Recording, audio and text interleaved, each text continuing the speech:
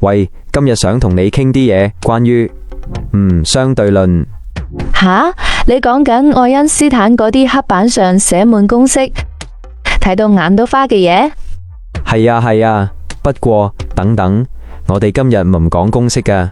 其實愛因斯坦講嘅核心概念好溫柔，同拍拖差唔多㗎。你講笑啊？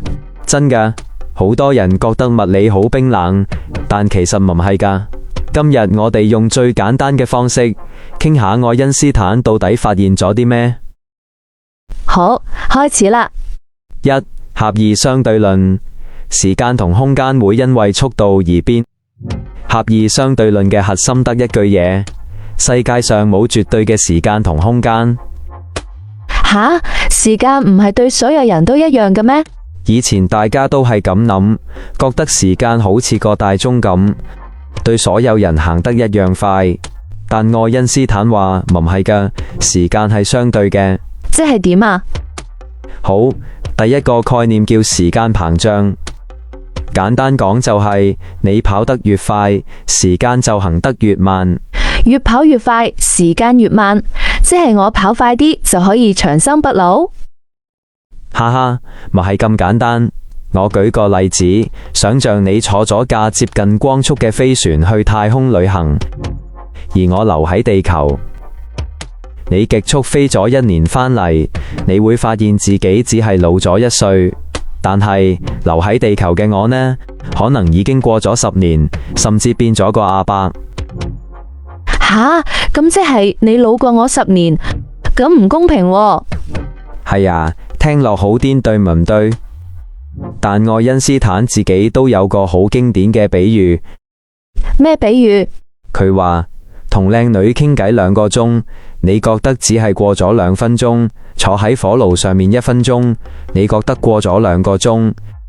呢個就係相對論。哦，我明啊，即係話當你全神貫注做啲開心嘅嘢，時間就好似過得好快。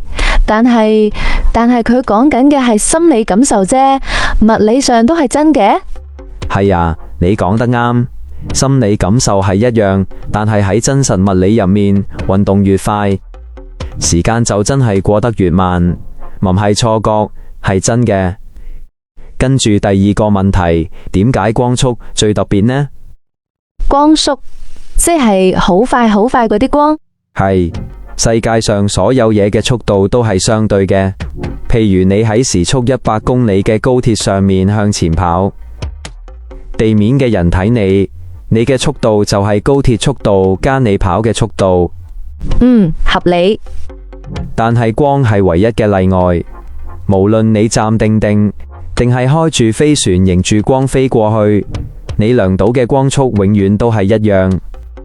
吓？點解會咁？光速係宇宙入面一個絕對嘅承諾，為咗保護佢，時間同空間寧願自己扭曲。哇，好似好浪漫咁。係啊，宇宙為咗守呢個承諾，連時間空間都可以變。好，講到尾聲啦。相對論其實傳達咗個好優美嘅概念。係咩嘢？冇絕對標準，所有人因為位置同狀態唔同，體驗到嘅時間同世界都完全唔同。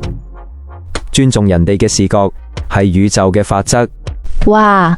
所以話相對論一啲都唔枯燥，佢只係用科學語言寫俾宇宙嘅一封情書。喂，講完之後，我覺得愛因斯坦好似個詩人咁。